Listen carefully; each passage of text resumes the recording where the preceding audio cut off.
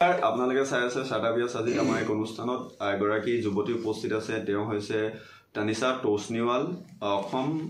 যি ন্যায়িক সেৱা আছে সেই ন্যায়িক সেৱাৰ এক্সামত তেওঁ উত্তীৰ্ণ হ'বলৈ সক্ষম হৈছে অসমৰ ভিতৰত তেওঁ 20 নম্বৰ স্থান পাবলৈ সক্ষম হৈছে মৰিয়নিৰ কাৰণে তেওঁ গৌৰৱ কঢ়িয়াই আনিছে মৰিয়নি প্ৰথমগৰাকী যুৱতী হিচাপে তানিশা তোষনিৱালে চিহ্নিত হৈছে আৰু মৰিয়নিৰ কাৰণে এক গৌৰৱৰ কথা আৰু কেনে ধৰণে তেওঁ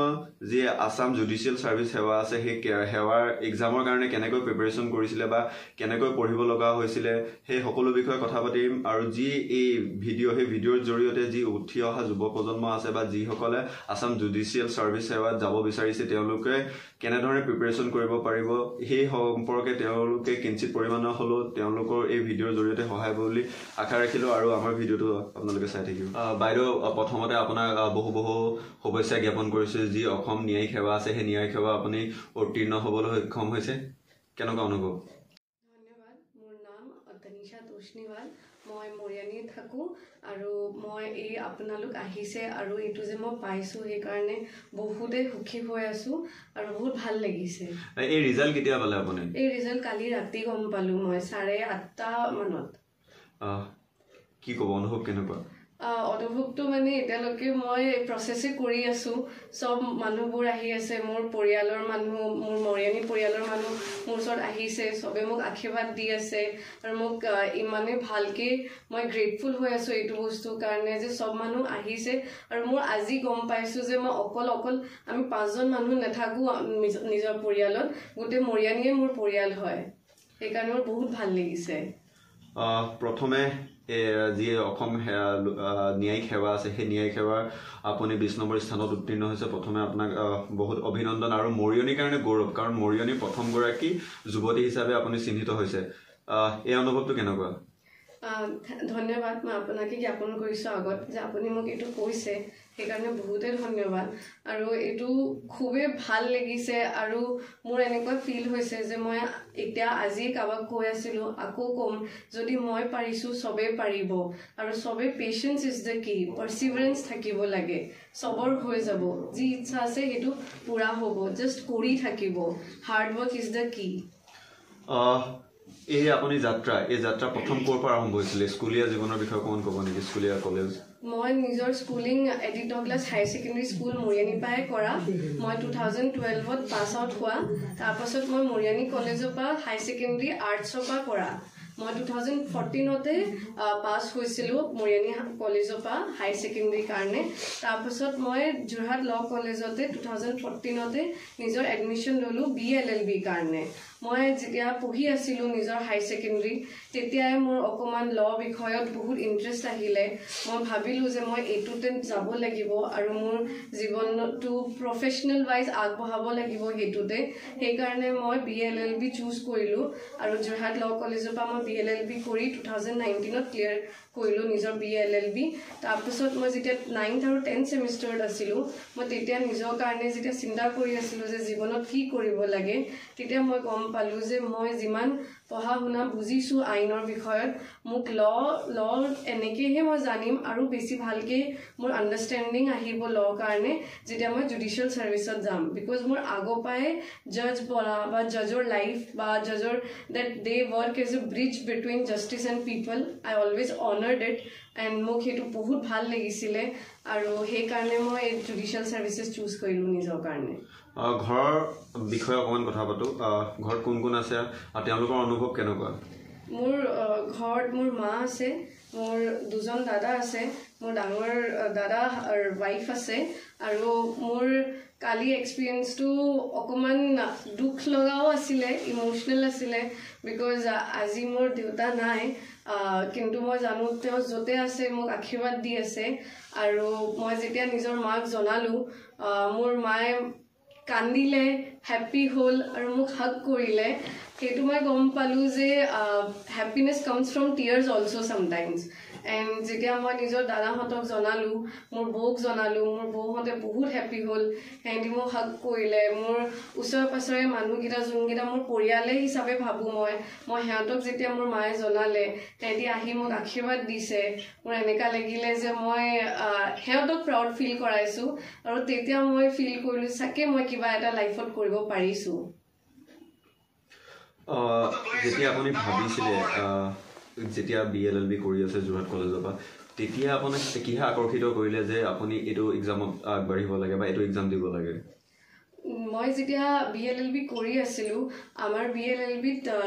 বেসিক্যালি আমি এনেকুৱা গম পাওঁ যে প্ৰফেসৰ বনিব পাৰি বা জুডিশিয়াল মেজিস্ট্ৰেট বনিব পাৰি বা আগত আৰু বহুতখিনি অপশনস আছে কিন্তু মই যেতিয়া পঢ়ি আছিলো মই নেজানো কিলে সদায় মই জুডিশিয়াল মেজিস্ট্ৰেট জাজ আৰু হেতৰ যেতিয়া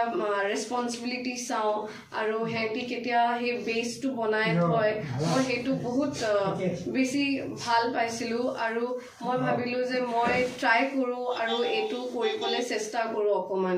সেই কাৰণে মই ভাবিলো যে মই জুডিশিয়াল সাৰ্ভিসেস কৰিব লাগে সাধাৰণতে এতিয়া ক'বলৈ গ'লে জুডিশিয়াল সাৰ্ভিস বুলি ক'লে হয়তো সাধাৰণ যিসকল যুৱ প্ৰজন্ম উঠি আহিছে বা যিসকলে পঢ়ি আছে LLB কৰাৰ কথা কোৱা নাই যোনো স্কুল লাইফত বা কলেজ লাইফত পঢ়ি আছে তেওঁলোক অকমান বুজিবলৈ অসুবিধা হয় এটো আসলে এক্সামটো কি আৰু কেনেকৈ প্ৰিপাৰেচন কৰিব লাগে এইটো এক্সামটো আসলে তিনটা স্টেজত হয় প্ৰিলিমছ মেইনছ আৰু ইন্টাৰভিউ প্ৰিলিমছত আমি MCQ হয় OMR sheetত হয় নেগেটিভ মাৰ্কিং নাই আমাৰ অসম জুডিশিয়াল সাৰ্ভিসত তো আমাৰ 100 মাৰ্কছৰ এই পেপাৰটো হয় মিনিমাম কাট অফ থাকে হেতু বা যদি আমি সিলেক্ট হৈ যাও তেতিয়া আমি মেইনছৰ কাৰণে পেপাৰ লিখো আৰু মেইনছৰ পেপাৰটো 5টা ভাগত হয় GK aptitude English civil paper criminal paper আৰু আসামিজ পেপাৰ আৰু তাৰপাছত হেতু আমি যদি ক্লিয়াৰ কৰি লম তেতিয়া আমাৰ ইন্টাৰভিউ হয় আৰু ইন্টাৰভিউ পা আমি যদি সিলেক্ট হৈ যাও তেতিয়া আমাৰ চাকৰি মানে আমাৰ কল লেটাৰ আহি যায় প্ৰথমে আপুনি এক্সামটো দিব লাগে এটা ফৰ্ম ফিলআপটো অনলাইন হয় এটো ফৰ্ম ফিলআপটো গুৱাহাটী হাই কোৰ্টৰ পাই হেতৰ নিজৰ পোৰ্টেলত আহি যায় হেতি আগত ভেকেন্সিজ ওলাই ভেকেন্সিজৰ নোটিফিকেশন দিব যে ইমানগাল ভেকেন্সিজ আমাৰ আছে এই বছৰৰ কাৰণে তাৰপাছত আমি যেতিয়া হে ভেকেন্সিটো পাই যাও তাৰপাছত অকমান দিনৰ পাছত হেতি আমাৰ নোটিফিকেশন দি দিয়ে ফৰ ফৰ্ম ফিলআপ আৰু ফৰ্ম ফিলআপ কৰোৱাৰ পাছত আমাৰ এক্সাম হয় এবাৰ এক্সামত ধৰ কিমান ষ্টুডেন্টে এই এক্সাম দিছিলে প্ৰিলিমছত 4 to 5000 মান মানুহ আছিলে আৰু মেইনছত 149 আছিলে আৰু ইন্টাৰভিউ কাৰণে 39টা মানুহ আছিলে প্ৰথম যেতিয়া যদি কোনোবা যুৱক যুৱতী বা উঠি অহা যুৱ প্ৰজন্মই যি আসাম জুডিশিয়াল সাৰ্ভিসত যাব বিচাৰে প্ৰথম তেওঁলোকে কিহৰ পৰা আৰম্ভ কৰিব লাগিব পঢ়িব BLLB কৰাৰ পাছত তেওঁলোকে কি আৰম্ভ কৰিব লাগিব পঢ়াত মোৰ মতে আমাৰ বেসিক্যালি 11টা মান সাবজেক্ট হয় যদি আমি ডিফাৰেন্সিয়েট কৰিব যাও 4টা ক্ৰিমিনালৰ হয় 4টা লৰ হয় সিভিল লৰ হয় সৰি আৰু এটা অসমীয়া আৰু এটা GK এপ্টিটিউড আৰু ইংলিশ হয় মোৰ মতে অকমান সব মিলাই মিলি পঢ়িব লাগিব আৰু তেতিয়া হৈ যাব মানে প্ৰথম আমাৰ প্ৰিলিমছ হয় প্ৰথম প্ৰিলিমছ হয় প্ৰিলিমছৰ কাৰণে MCQ হয় আৰু আমাৰ ষ্টাৰ্টিং পঢ়াটো সদায় প্ৰিলিমছৰ পাই আমাক আৰম্ভ কৰি দিব লাগে আমি এটো কাৰণে ওয়েট কৰিব নালাগে যে আমাৰ মেইন প্ৰিলিমছ ক্লিয়াৰ হ'ব তেতিয়া আমি মেইনছৰ কাৰণে পঢ়িম আমাক এক ফ্লো পাই পঢ়ি যাব লাগে প্ৰিলিমছৰ কিমান ষ্টুডেন্টে ধৰক আপোনাৰ 5000 ষ্টুডেন্টে এক্সামটো দিয়ে কিমানে তাত সিলেক্ট হয় বা কিমানে পাস আউট হয় তাৰপা পাস কৰিব পাৰে এইটো কাৰণে আপোনাৰ কাট অফ এটা মিনিমাম থাকে বেৰ মিনিমাম যদি কাট অফ ক্লিয়াৰ হৈ যায় সবগিটা মানুহৰ মিনিমাম 60 to 65 ত থাকে তা কিমান দিনৰ পিছত পাইবা আপোনাৰ প্ৰিলিমছ বা মেইনছ হয় প্ৰিলিমছৰ ৰিজাল্ট এমাহৰ ভিতৰত আহি যায় পৰীক্ষাৰ পাছত তাৰ এমাহৰ ভিতৰত আমাৰ মেইনছ হৈ যায় মেইনছত কিমান দিন থাকে মেইনছলৈ গেপটো ৰিজাল্টটো দিওঁতে 5 months তাৰ পাছত ভাইবালে আহে এমাহৰ পাছত ভাইবা হৈ যায় আপোনাৰ এইটো কোনটো এটেম্পত মোৰ এইটো থাৰ্ড এটেম্পট কেনেকুৱা অভিজ্ঞতাটো আপোনাক ক'ব বিচাৰিছে ফাৰ্ষ্ট ছেকেণ্ডত আপুনি ধৰিলে নোৱাৰিলে থাৰ্ডত এবাৰ ক্লিয়াৰ হ'ল আৰু অসমৰ ভিতৰত আপুনি 20 ৰেংকত আহিছে আপোনাৰ কাৰণে লগতে মৰিয়নিৰ কাৰণে গৌৰৱৰ বিষয় কেনেকুৱা কি কৰিলে যে এইবাৰ আপোনাৰ যে এক্সট্ৰা এবাৰ আপোনাৰ ৰিজাল্ট ইমান ভাল হ'ল স্যাৰ মই যেনেকৈ আগতে আপোনাক কৈছিলোঁ যে পেচেন্স কি হয় মই চাগে কোনোবা ফালৰ পৰা মই চাগে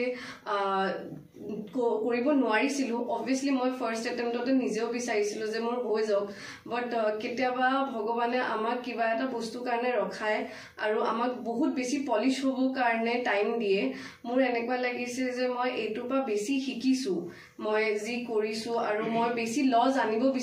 গম পালোঁ ডিপলি গম পালোঁ আৰু সেইকাৰণে চাগে মোৰ এনেকুৱা লাগিছে যে মোৰ পেচেঞ্চ আৰু হাৰ্ডৱৰ্কৰ পৰা মোৰ এইবাৰ ক্লিয়াৰ হৈ গৈছে শেষত দুটামান প্ৰশ্ন সুধিম যুৱ প্ৰজন্মই এই এক্সাম প্ৰিপেয়াৰ কৰিবলৈ কাৰণে বা এক্সাম ক্ৰেক কৰিবলৈ কাৰণে কি পদ্ধতি অৱলম্বন কৰিব লাগিব ধৰক কি তেওঁলোকে বেছিক গাইড ফ'ল' কৰিব লাগিব কাৰণ আপুনি এবাৰ পাছ হৈ আহিছে আৰু আপোনাৰ এতিয়া আদৰ্শ হৈ পৰিছে কি ক'ব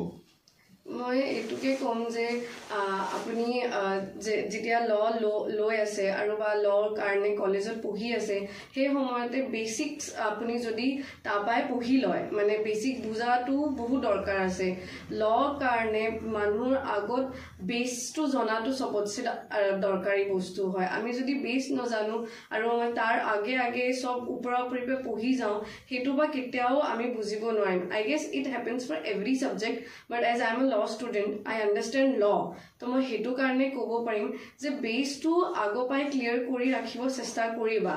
আৰু আপুনি যদি বিচাৰিছে যে আপুনি এইটো জুডিচিয়েল ছাৰ্ভিচে কৰিব ইচ্ছা আছে আপুনি আগৰ পৰাই এই সিদ্ধান্ত লৈ তেনেকেই পঢ়া আৰম্ভ কৰিলে বেছটো ক্লিয়াৰ কৰিলে বেছি ভাল লাগিব আৰু ভালকে হৈ যাব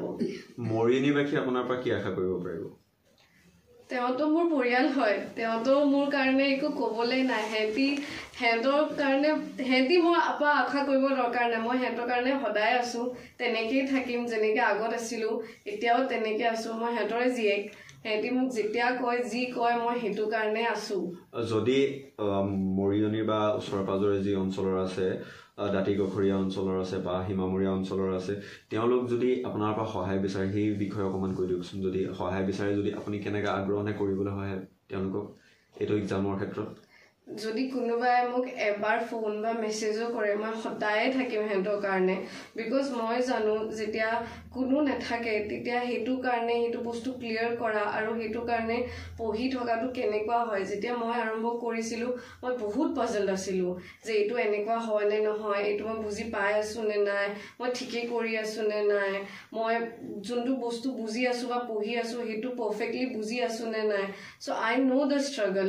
and I have seen the struggle and live the struggle so মোৰ কাৰণে যদি মই কাবাক কিবা এটা সহায় কৰিব পাৰিম মই এইটো ভাবিম যে মোৰ কাৰণে বহুতে ডাঙৰ কথা হ'ব আৰু মই সদায় আছো সবৰ কাৰণে ন্যায়িক সেৱাৰ কাৰণে যোনে প্ৰিপাৰেচন কৰিব পাৰিছে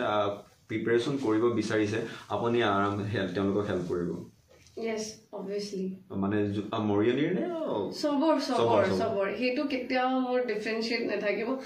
এইটো এটা ডিফাৰেন্সিয়েচন থাকিব যে আই এম এ মাৰিয়ানিজ girl I will always be a Mariani's daughter. শেষত এটা প্ৰশ্ন এই অনুভৱটো যদি আপুনি কয় আপোনাৰ কাৰণে বহুত ভাল বা বহুত আপোনাৰ পৰিয়ালৰ লগতে মৰিয়নিবাসীৰ কাৰণে খুব ভাল কিন্তু এই যি যাত্ৰা আপুনি দুবাৰ এক্সাম দিলে দুবাৰ ক্লিয়াৰ কৰিব নোৱাৰিলে থাৰ্ড এটেম্পত ক্লিয়াৰ কৰিব পাৰিলে তাৰ ভিতৰত এনেকুৱা এটা ষ্টৰী আপোনাৰ মনত আছেনে যিটো ষ্টৰী আপোনাক মানে হয়তো বহুত ডিমটিভেট কৰি দিলে অথবা কিছুমান ষ্টৰী বহুত পজিটিভলি বা মটিভেট কৰি দিলে শেষত এটা ষ্টৰী ভাল স্যাৰ মই যদি এইটো আপুনি যদি মোক পাৰমিশ্যন দিয়ে মই নিজৰ নহয় মোৰ দেউতাকৰ এটা ষ্টৰী ক'ব বিচাৰিম মোৰ my father and my mother সিহঁতি বিয়া পাতিলে 7th ফেব্ৰুৱাৰীত তো সিহঁতৰ এনিভাৰ্চাৰী হয় 7th ফেব্ৰুৱাৰীত তো মোৰ দেউতা একচুৱেলি এটা বিজনেছ কৰে কাপোৰৰ বিজনেছ আছে আমাৰ মৰিয়নিত তো বহুত বছৰৰ আগত মোৰ দেউতাক কোনোবা এজন মানুহ আহিছিলে তেওঁ কৈছিলে যে আপোনাক কিবা এটা কাপোৰ মোক দিব লাগিব আৰু মই সেইটো ৰিটাৰ্ণত আপোনাক পইচা নিদিওঁ আৰু আপুনি যদি সেই কাপোৰটো মোক নিদিয়ে মই আপোনাক শ্বুট কৰি দিম আৰু মই আপোনাক 7th ফেব্ৰুৱাৰীতে শ্বুট কৰিম চ' মোৰ দেউতাই কেতিয়াও এই বস্তুটো মোৰ ঘৰত নাই কোৱা আৰু কেতিয়াও এই বস্তুটো জনোৱা নাছিলে মোৰ মাহঁতক বাট কোইনচিডেণ্টলি মানে বা গড গ্ৰেচ মোৰ ফাদাৰে ক'লে যে মই এইটো কেতিয়াও নকৰোঁ মই আপোনাক ডিছঅনেষ্টলি একো কাম নকৰোঁ আই am A very honest person মই নিজৰ বিজনেছত বহুত অনেষ্ট আছোঁ মই কেতিয়াও এই বস্তুটো নকৰোঁ যে যোনটো বস্তুত মোৰ ঘাপলা হয় মই ঘাপলা কৰি কেতিয়াও একো কাম নকৰোঁ তো মই নিদিওঁ তো যেতিয়া তেওঁ আহিলে তেওঁ ক'লে যে মই 7th ফেব্ৰুৱাৰীত তোমাক শ্বুট কৰিমে কিন্তু এনেকুৱাই পৰিস্থিতি হ'ল যে সেই মানুহটোৱে কিবা এটা কাৰণত নাহিলে আৰু 10 দিনৰ বা 15 দিনৰ পাছত আমি গম পালো যে সেই মানুহটো চাগে এতিয়া জীৱনত নাই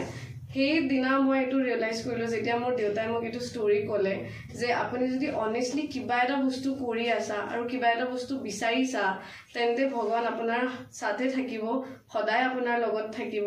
আৰু মই সেইটো কৈয়ে শেষ কৰিব বিচাৰিছো যে মই তেওঁৰ জীয়েক হওঁ মই তেওঁৰ কাহিনী পাই ইনস্পিৰেশ্যন লওঁ তেওঁ যেনেকৈ মোক শিকাইছে মই সেইটো বিষয়তে চলি থাকোঁ লাইফত ইয়াৰ পাছত নেক্সট ষ্টেপ কি ইয়াৰ পাছত ছাৰ জইনিং আছে জইনিঙৰ কাৰণে আপোনালোকৰ আশীৰ্বাদ লাগে ছাৰ যে আগত চব আৰু ভালে হৈ থাকক চবৰ কাৰণে বহুত বহুত ধন্যবাদ তানিশা টছনিৱাল মৰিয়নিৰ প্ৰথমগৰাকী যুৱতী যিয়ে অসম ন্যায়িক সেৱা আছে সেই ন্যায়িক সেৱাৰ এক্সামত তেওঁৰ এটেম্প ক্লিয়াৰ কৰিব পাৰিলে বা তেওঁ পাছ কৰিছে আপোনাক বহুত বহুত ধন্যবাদ আৰু আপোনাৰ উজ্জ্বল ভৱিষ্যত কামনা কৰিলোঁ থেংক ইউ